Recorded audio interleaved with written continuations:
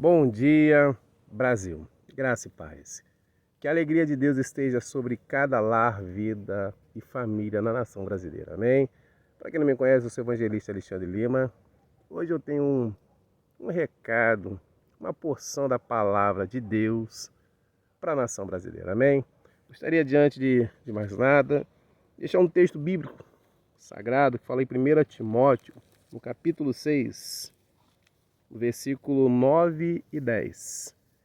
Para diante da situação que estamos vivenciando no Brasil em 2023, Deus tem resposta. Amém? Vamos ler? Ora, os que querem ficar ricos caem em tentação e cilada e em muitas concupiscências insensatas e perniciosas, as quais afogam os homens na ruína e perdição. Versículo 10. Porque o amor ao dinheiro é a raiz de todos os males. E alguns nessa cobiça se desviaram da fé, e a si mesmo se atormentaram com muitas dores. Essa passagem bíblica, ela está falando a respeito do amor ao dinheiro.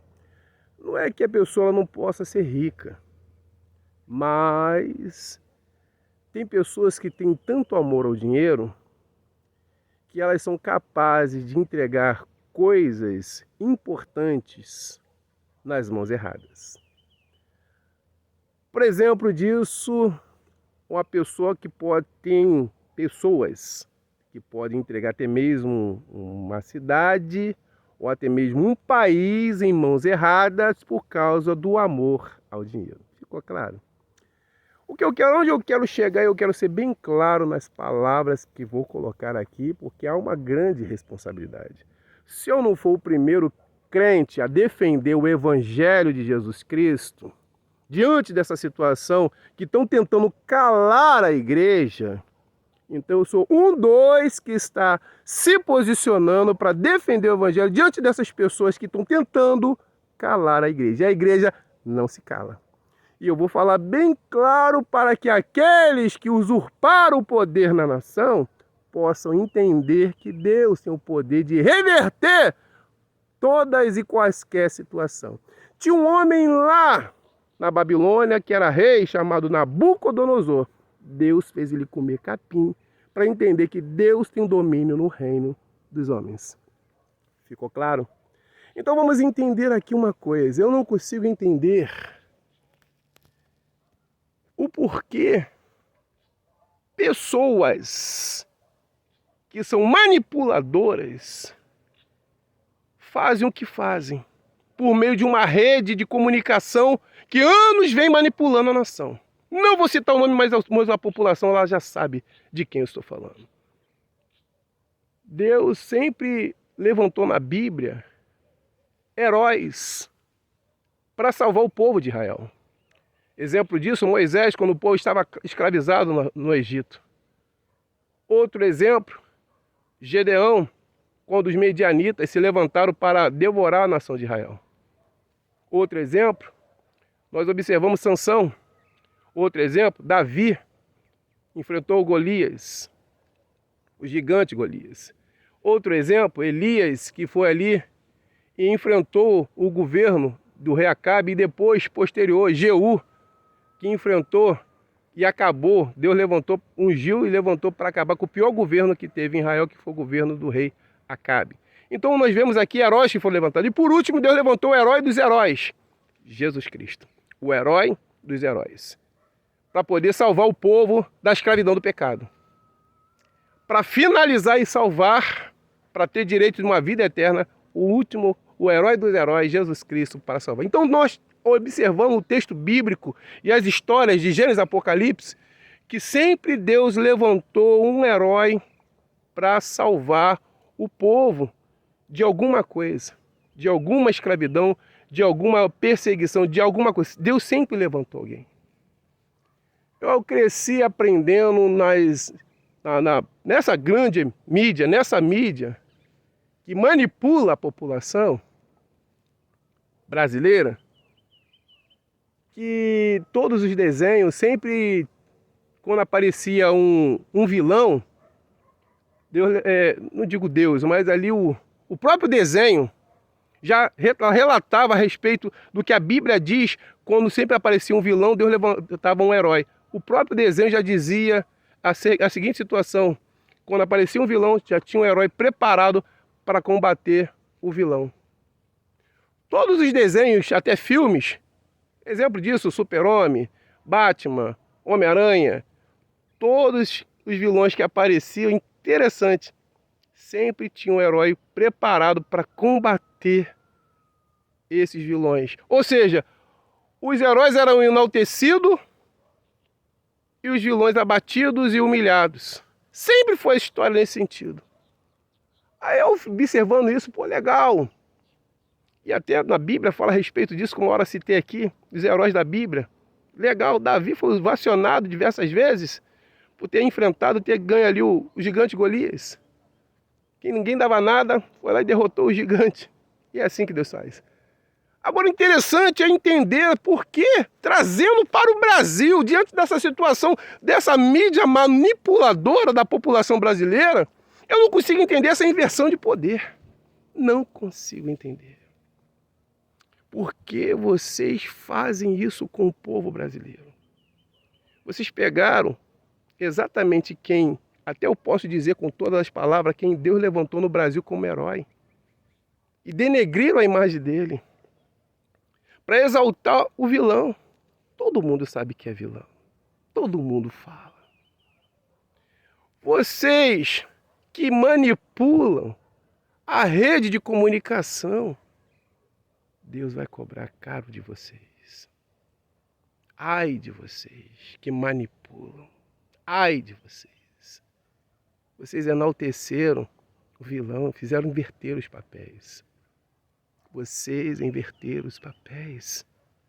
Vocês, de vez de enaltecer aquele que Deus levantou, porque todos que Deus levantou, vocês sempre bateram de frente. Lembra do doutor Enéas?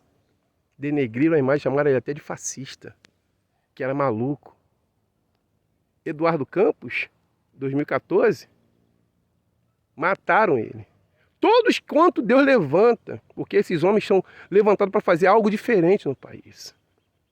Não pensa que é Deus, não, é Deus levantando, porque Ele tem o controle em tudo e eu posso provar para vocês. Agora, por último, tentaram matar com a facada. Quando não conseguiram e foi eleito, não fizeram de tudo para poder tirar ele do poder. No ano 2019, 20, 21, 22, pesquisa de se era bom, ruim ou péssimo o governo dele. Faz agora. Faz agora. Faz agora. Tá lá, Manara, faz agora. A pesquisa. Não precisa nem perguntar para os patriotas. Pergunta para os próprios se eles estão gostando. Pergunta. Lá, Manara, sai. Vocês manipularam tudo. Deus vai cobrar. Obadias 1, versículo 15. Esse mal vai vir sobre a cabeça de cada um dos senhores. O que os senhores fizeram, esse mesmo mal vai cair sobre a cabeça de cada um dos senhores. Vocês não acreditam, não? Então deixa eu te falar aqui uma coisa aqui interessante para vocês entenderem. Deus tem o controle de todas as coisas. No carnaval agora de 2023, brincaram com Pai, Filho e Espírito Santo. Pai, Filho e Espírito Santo. Vocês brincaram. Deus não se agrada. Vocês misturaram o santo com o profano. Deus não se agrada disso. Vocês que são ateus, que não acreditam em Deus e querem manipular o que está escrito, deixa eu te falar uma coisa aqui. Pai, Filho e Espírito Santo. Você já reparou que tudo está nessa assinatura? 3. Reparou não? Tempo. Passado, presente, futuro. 3. Já está a assinatura de Deus aí. Aonde a vida? Céu, terra, mar. Não tem mais em outro lugar. Quantos ponteiros tem o relógio? 3. Marca horas, minutos e segundos. Quantas são as fases do dia? Manhã, tarde e noite. E assim vai. O corpo se divide em quantas partes? 3: cabeça, tronco e membro. O corpo, ao mesmo tempo, ele é trino. É corpo, alma e espírito. E assim vai. Então, se você se diz ateu, é ateu à toa, porque a assinatura de Deus está na terra. Tudo que Deus criou tem essa... a dona da mídia aí que faz comidinha, 3 colheres de sopa. 3 colherzinhas de sopa disso, 3 colherzinhas. Até nisso, Deus está presente. Por que número 3? Deus não se mete em política. Por que poder federal, estadual e municipal? Por que poder legislativo, executivo e judiciário? Por que exército, marinha e aeronáutica? Quero que vocês entendam. Os senhores generais deixaram a desejar. Deus vai cobrar. Porque Deus lhe deu o propósito. E através de uma profeta norte-americana, ele disse que estou dando ao Brasil uma segunda chance. O Brasil perdeu essa segunda chance por causa dos senhores. Porque era para os senhores fazer alguma coisa e os senhores não fizeram. Mas Deus tem o poder de reverter o quadro. Aquilo que Deus tinha proporcionado para o Brasil numa grandiosa prosperidade, a culpa é dos senhores. Porque os senhores viram como o governo estava desenvolvendo e agora está em declínio, a culpa é dos senhores. Louva a Deus porque o Senhor tem promessa de não deixar o Brasil a se tornar uma Venezuela, mas estamos quase se tornando. A culpa são dos senhores. Que Deus abençoe o Brasil. Mas eu gostaria de deixar aqui uma palavra. Igreja brasileira, vamos entrar em oração a Deus. Se já estamos, perseveremos em oração. Porque Jesus está voltando e Deus tem promessa de trazer sobre o Brasil um poderoso avivamento. E Deus conta com a igreja. Se a igreja não se posicionar, aqueles que estão tentando calar a igreja vão conseguir calar. Então, igreja, vamos abrir a boca e começar a falar aquilo que Deus mandar. E ai daquele que tocar na menina dos olhos do Senhor. A igreja não se cala.